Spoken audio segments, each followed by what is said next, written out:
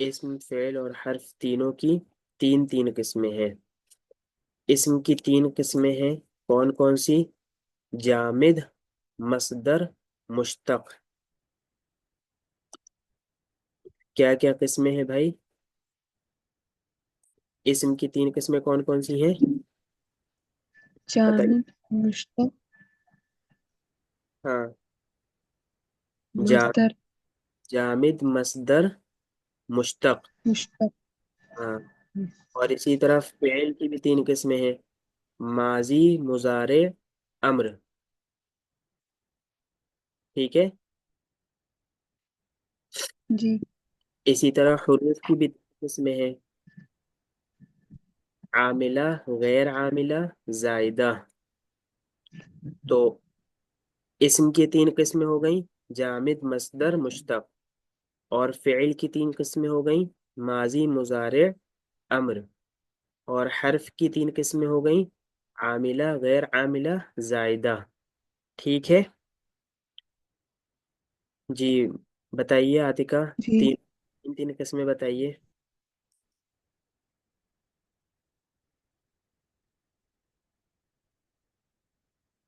جی، عاطفہ بتائیے۔ اور اسم کی تین قسمیں جامد، مصدر، مشتق، فعل کی قسمیں ماضی، مضارع، امر، ہم، حرف کی تین قسمیں عاملہ، غیر عاملہ، زائدہ۔ ہاں، رشدہ آپ بتائیے۔ جی، اسم کی تین قسمیں ہیں، جامد، مصدر، مشتق، اور فعل کی تین قسمیں ہو گئی، ماضی، مضارع، مضارع اور امر، ہم، اور حرف کی تین قسمیں ہوں گی، عاملہ، غیر عاملہ اور زائدہ۔ ٹھیک، ماشاء اللہ، دونوں نے بہت اچھا بتایا۔ تو یہ تینوں کی تین قسمیں ہو گئیں۔ اب ان تین قسموں کو کیسے سمجھنا ہے ہمیں؟ ان تین قسموں کو ہمیں ایسے سمجھنا ہے کہ اچھا، یہ آپ فوراً اس کو لکھ لیجئے، ساتھ میں لکھتے بھی رہا کریے تاکہ وہ پھر محفوظ رہے گا، بس آپ کو دوبارہ دہرانا اور دیکھنا رہے گا کہ ہم لوگوں نے پڑھا تھا نا کہ جو اسم ہوتا ہے اس کے اندر ایک مکمل معنی ہوتا ہے، اور فعل ہوتا ہے اس کے اندر بھی ایک مکمل معنی ہوتا ہے نا، اور یہ جو حرف ہوتا ہے اس کے اندر مکمل معنی نہیں ہوتا ہے۔ تو اسم و فعل کے اندر مکمل معنی ہوتا ہے، لیکن فعل میں مکمل معنی کے ساتھ کوئی زمانہ بھی ہوتا ہے، اور اسم کے اندر مکمل معنی کے ساتھ کوئی زمانہ نہیں ہوتا ہے۔ تو اب کیا ہوا؟ اب ہمیں اسی کو سمجھنا ہے کہ اگر یہ جو معنی ہوتا ہے یہ کسی چیز کے ساتھ، کسی ذات کے ساتھ جڑا ہوا ہوتا ہے۔ اب ذات میں وہ چیز بھی ہو سکتی ہے، کوئی شخص بھی ہو سکتا ہے، کوئی جگہ بھی ہو سکتا ہے، کچھ بھی ہو سکتی، کوئی بھی ذات ہو، یعنی کوئی بھی چیز ہو۔ ٹھیک ہے، تو جو معنی ہے وہ کسی بھی ذات کے ساتھ جڑا ہوا ہو سکتا ہے، اور اسی طرح جو زمانہ ہے وہ بھی کسی ذات کے ساتھ جڑا ہوا ہو سکتا ہے، یا یہ دونوں ایک ساتھ کسی ذات کے ساتھ جڑے ہوئے ہو سکتے ہیں، معنی بھی، زمانہ بھی، اور ذات بھی ہو، تینوں ہوں، اور جدا بھی ہوتے ہیں، الگ بھی ہوتے ہیں، کسی ذات سے جڑے ہوئے بھی ہو سکتے ہیں اور کسی ذات سے علیحدہ اور الگ بھی ہو سکتے ہیں۔ یہ معنی اور زمانہ جو اسم اور فعل کے اندر پائے جاتے ہیں، اسم کے اندر صرف معنی ہوتا ہے اور فعل کے اندر معنی اور زمانہ دونوں ہوتا ہے۔ تو یہ دونوں کسی ذات سے جڑے ہوئے ہوتے ہیں یا جدا ہوتے ہیں۔ تو اب اسی کو ہمیں سمجھنا ہے کہ اگر کوئی بھی کلمہ، کوئی بھی لفظ جو ہے وہ زمانے کے بغیر صرف معنی کو بتائے، اگر صرف کوئی بھی کلمہ ہے وہ صرف معنی کو بتا رہا ہے، ٹھیک ہے، زمانے کو نہیں بتا رہا، ذات کو نہیں بتا رہا، تو وہ اس میں جامد ہے۔ اگر کوئی بھی کلمہ صرف معنی بتائے، زمانہ اور ذات کو نہ بتائے، تو وہ کلمہ اس میں جامد ہے، ٹھیک ہے؟ جیسے ہم نے کہا نصرن، نصرن، نصرن کا مطلب ہے مدد کرنا، نصرن کا کیا مطلب ہے بھائی؟ مدد کرنا۔ تو مدد کرنا۔ اس مدد کرنا میں یعنی نصرن کا کوئی معنی بیان کیا ہم نے، یا کوئی زمانہ بیان کیا، یا کسی کی ذات کو بیان کیا؟ کیا بیان کیا ہم نے نصرن میں؟ آپ نے مدد کرنا، ہم مدد کرنا یہ زمانہ تو نہیں، معنی، زمانہ تو نہیں ہے؟ ہاں جی معنی۔ یہ معنی ہم نے بیان کر دیا، ٹھیک ہے؟ اس میں زمانہ کوئی نہیں ہے کہ کب پہلے مدد کی، یا ابھی کر رہا ہے، یا آئندہ کرے گا، کوئی زمانہ ہم نے بیان نہیں کیا، ٹھیک ہے؟ یا کس نے مدد کی، کوئی ذات بھی ہم نے بیان نہیں کی نہ، کہ معاذ نے مدد کی، یا عمیر نے مدد کی، یا افضل نے مدد کی، یا عاطفہ نے مدد کی، تو ہم نے کوئی ذات بھی نہیں بیان کی، یا کسی ذات مدد کی یا نہیں کی، کچھ ہم نے ذات کو نہیں بیان کیا، زمانے کو نہیں بیان کیا، ہم نے صرف نصر ان کے معنی کو بیان کیا، ٹھیک ہے نا؟ تو اگر جی کلمہ یعنی لفظ، کوئی بھی لفظ، کوئی بھی کلمہ اگر صرف معنی کو بیان کر رہا ہے، زمانے کو نہیں بیان کر رہا، ذات کو بیان نہیں کر رہا ہے، تو وہ لفظ اور کلمہ اس میں مصدر ہوگا، یہ والی جو قسم ہے نا، مصدر، ٹھیک ہے نا؟ تو وہ کلمہ اس میں مصدر ہوگا، ٹھیک ہے بھائی؟ رشدہ سمجھ میں آ رہا ہے؟ جی جی ہاں، تو وہ اس میں مصدر ہوگا۔ اچھا،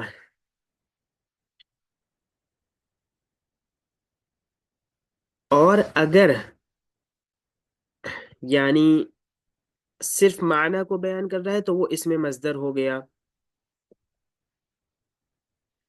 اور اگر وہ صرف ذات کو بیان کر رہا ہے، یعنی ذات کہہ لیجیے، بلکہ چلیے اس سے پہلے آتے ہیں، معنی کو اور ذات کو ایک ساتھ بیان کر رہا ہے، ابھی کیا تھا؟ صرف معنی بیان کر رہا ہے نا، تو وہ کیا ہو گیا؟ اس میں مصدر ہو گیا۔ اب آگے ہم کہہ رہے ہیں کہ وہ معنی کو بھی بیان کرے اور کسی ذات کو بھی بیان کرے، یعنی جیسے ناصرن، ناصرن کا مطلب ہے مدد کرنے والا، نصرن کا کیا مطلب تھا؟ مدد کرنا، ٹھیک ہے نا؟ اور ناصرن کا مطلب ہے مدد کرنے والا۔ تو دیکھیے ناصرن میں دو چیز آ گئی، ایک تو معنی آ گیا، مدد کرنا، یہ معنی آ گیا، ٹھیک ہے؟ اور مدد کرنے والا، والا یہاں پہ ذات بھی آ گئی، کوئی ایک مرد ہے جو مدد کرنے والا ہے، ناصرتن، مدد کرنے والی۔ تو یہاں پہ دیکھیے نصر کا معنی بھی آ گیا، مدد کرنا، اور ذات بھی آ گئی کہ ایک عورت ہے، جو ایک لڑکی ہے جو مدد کرنے والی، ٹھیک ہے نا؟ تو یہاں پہ دو چیز آ رہی ہے، ایک معنی آ رہا ہے اور دوسرا ذات آ رہی ہے نا؟ تو اب یہ مشتق ہو گیا، یہ اسم مشتق ہو گیا، صرف معنی کو بیان کرے تو اسم مصدر ہوگا، اور اگر معنی اور ذات دونوں کو ایک ساتھ بیان کرے تو اسم مشتق ہوگا، ٹھیک ہے؟ یہ دو بات سمجھ میں آئی؟ جی اب تیسری قسم ہے جامد کی، جامد کی دو صورتیں ہیں، کہ صرف ذات کو بیان کرے، ٹھیک ہے، یا صرف زمانے کو بیان کرے، تو وہ اسم جامد ہے۔ اگر صرف ذات کو بیان کرے تو بھی وہ اسم جامد ہے، اور اگر صرف زمانے کو بیان کرے تو بھی وہ اسم جامد ہے۔ تین چیز تھی نا؟ تین چیز کیا کیا تھی بتائیے؟ ذات، معنی۔ ہاں، ذات، زمانہ، معنی، جی ٹھیک ہے نا؟ تو اگر صرف معنی بیان کر رہا ہے وہ تو مصدر ہو گیا نا، جی اور صرف ذات بیان کر رہا ہے یا صرف زمانہ بیان کر رہا ہے تو وہ جامد ہو گیا. اور اگر معنی اور ذات ان دونوں چیز کو ایک ساتھ بیان کر رہا ہے تو وہ مشتق ہو گیا. جامد کی مثال دیکھیے کہ جامد کی مثال یہ ہے رجلن. رجلن کا مطلب ہے ایک مرد. رجلن کا کیا مطلب ہے؟ ایک مرد. ایک مرد.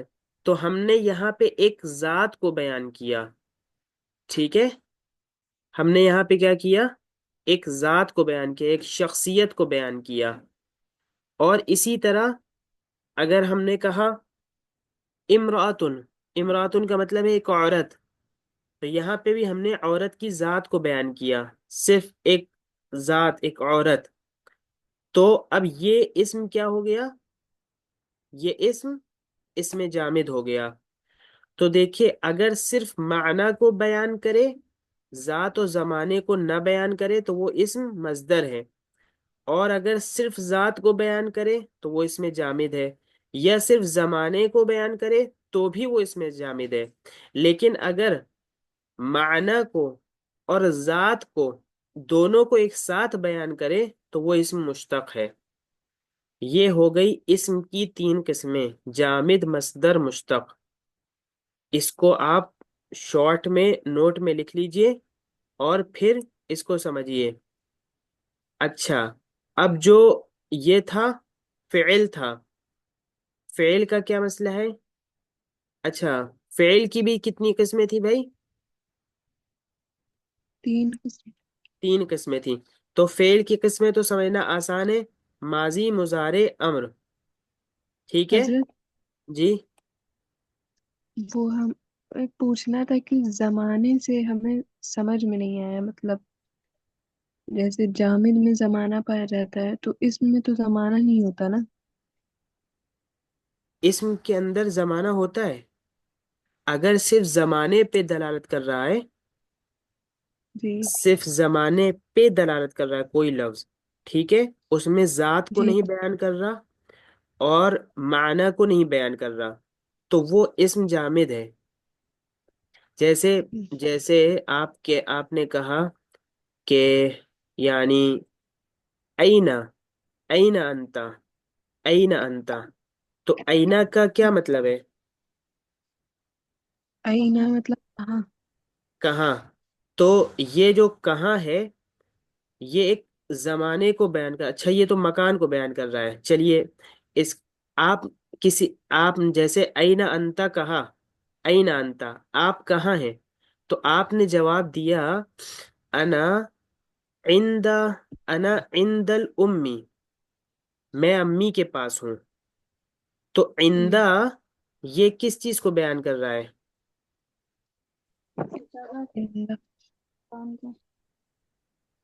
اچھا یہ دونوں تو مکان کو بیان کر رہے ہیں. زمانہ آپ ایسے سمجھ لیجئے، جو زمانہ ہو جائے گا اس کی مثال یہ ہو جائے گی، زمانے کی مثال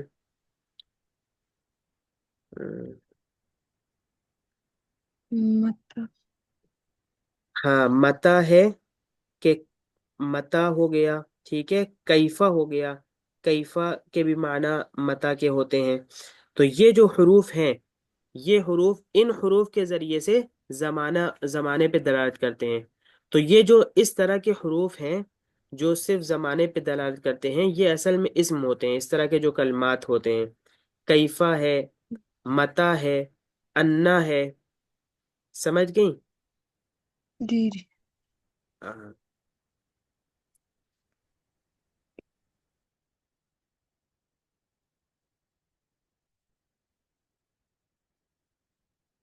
ٹھیک ہے، تو آگے جو فعل کی قسمیں ہیں، فعل کی قسمیں کون کون سی ہیں بھائی؟ ماضی، مضارع، امر. ہاں یہ آسان ہے کہ ماضی کی قسم کیا ہے کہ جو گزرے ہوئے زمانے پہ دلالت کرے وہ ماضی ہو جائے گا، اور جو موجودہ زمانے پہ یا آئندہ زمانے پہ دلالت کرے وہ مضارع ہو جائے گا، اور جو آئندہ زمانے میں کسی کام کے کرنے یا نہ کرنے پہ دلالت کرے تو وہ مستقبل ہو جائے گا. بس یہ ہے. حروف کی قسم کیا ہے؟ حروف کی بھی 3 قسمیں تھیں. کون کون سی تھیں؟ عاملہ غیر عاملہ زائدہ. ہاں، عاملہ غیر عاملہ زائدہ.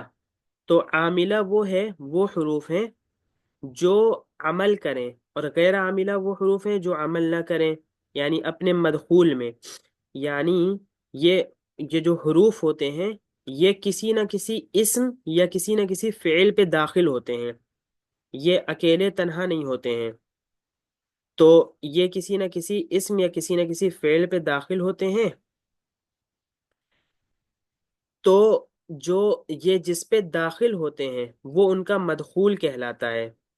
تو یہ اگر مدخول میں عمل کر رہے ہیں، یعنی اس کو زبر زیر یا پیش یا جزم وغیرہ دے رہے ہیں، تو یہ حروف عاملہ ہیں.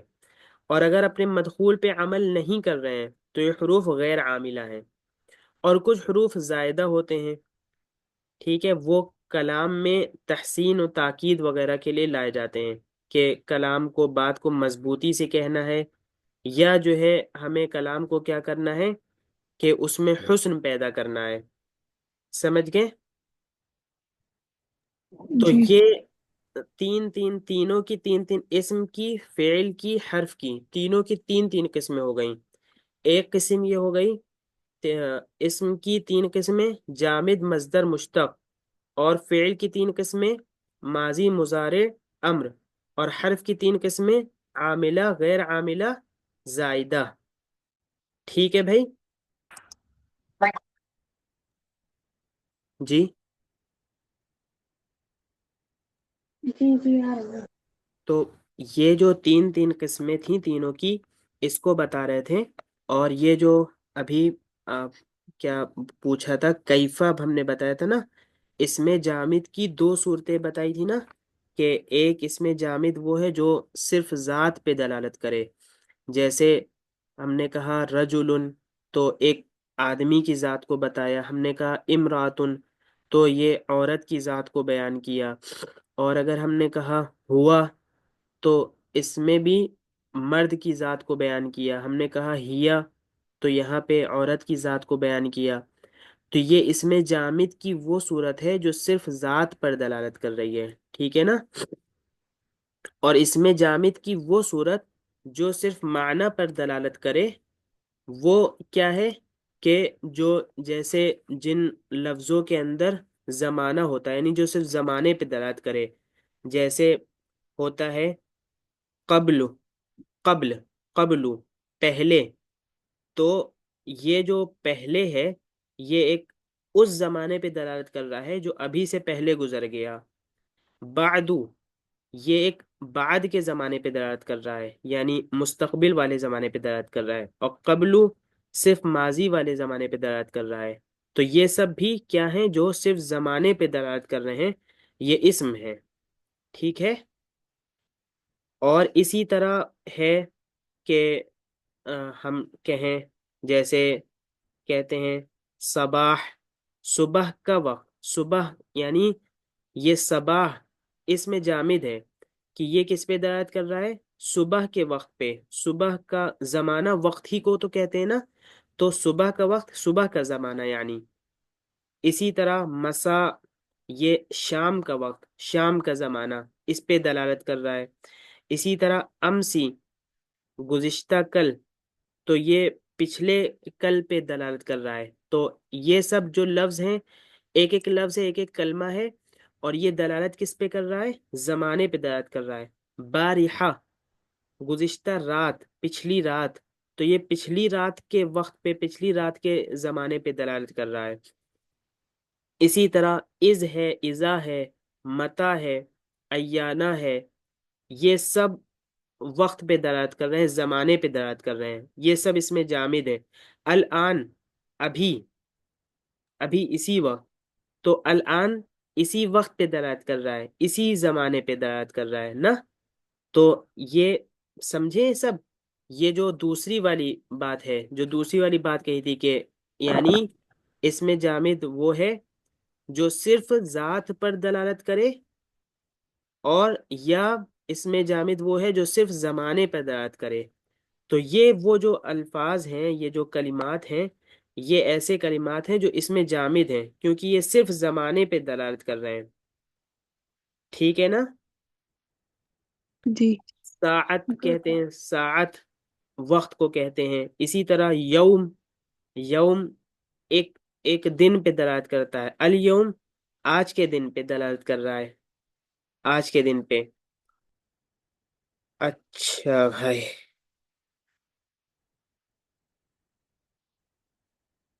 تو یہ جو سارے حروف ہیں، کلمات ہیں، یہ الفاظ و کلمات ہیں، یہ زمانے پہ دلالت کرتے ہیں. اور اس کے علاوہ باقی جتنے ہیں وہ ذات پہ دلالت کرتے ہیں. کسی بھی چیز کی بھی ذات ہو سکتی ہے، رجل امراتن.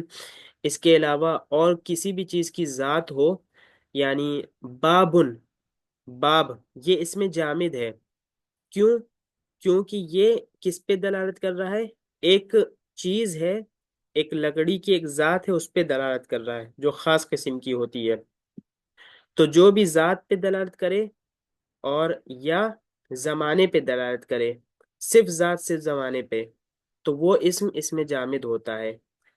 اچھا، یہ ساری مثالیں اور یہ ساری باتیں آپ اختصار کے ساتھ اپنے ملاحظے میں نوٹ کر لیجئے گا. جی سر، انشاءاللہ.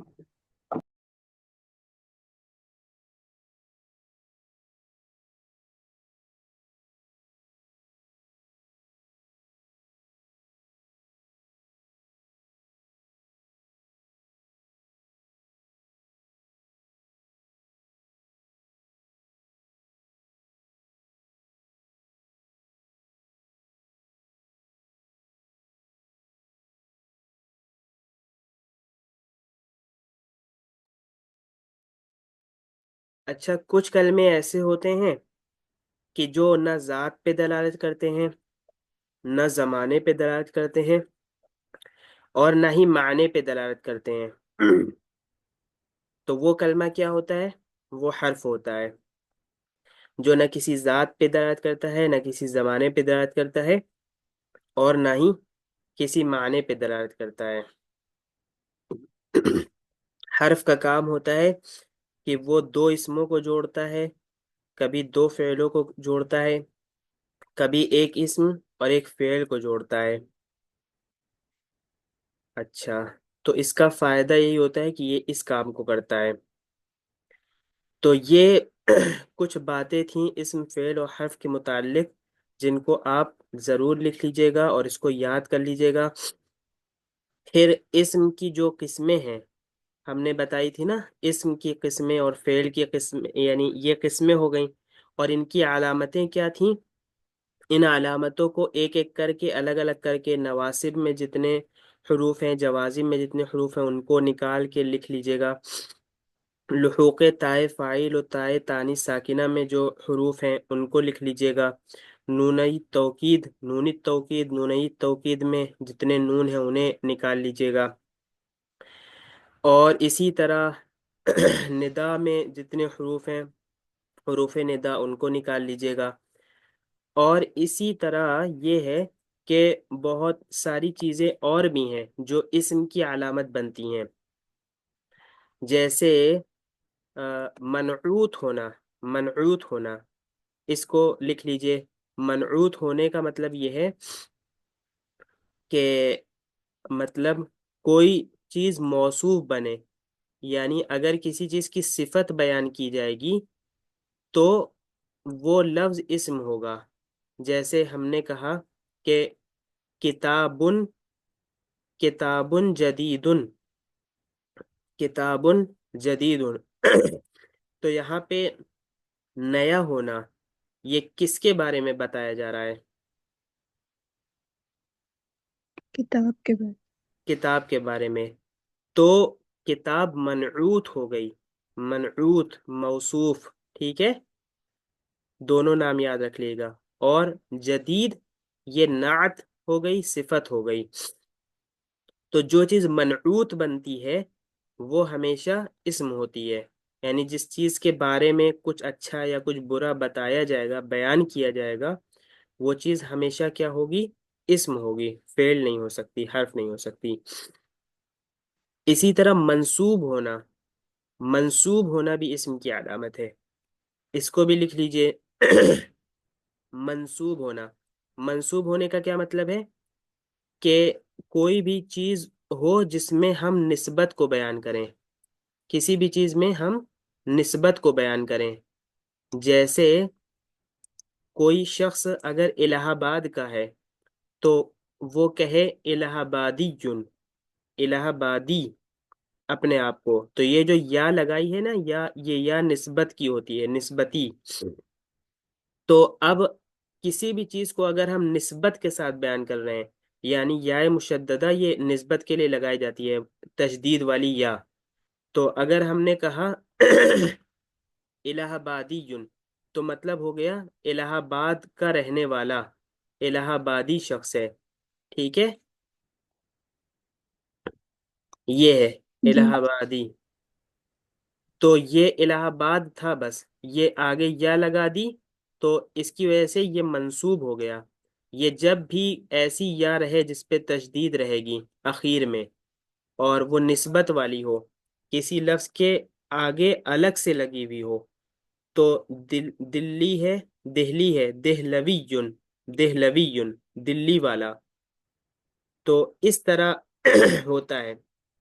یا ہمیں کسی چیز کے بارے میں کہنا ہو، یعنی وہ کتاب والا ہے، کتاب بہت زیادہ پڑھتا ہے، تو ہم اس کو کہہ دیں کہ کتابی یون، یہ کتاب والا ہے۔ یا وہ نحو جیسے ہم لوگ پڑھ رہے ہیں، وہ نحو میں بہت ماہر ہے، تو نحو میں ہم لوگ یا اخیر میں لگا دیں اور کہہ دیں نحوی یون، نحو والا، نحو کا ماہر۔ تو یہ جب منصوب ہم بنائیں گے تو وہ کیا ہو جائے گا؟ وہ بھی اسم کی علامت ہوگی۔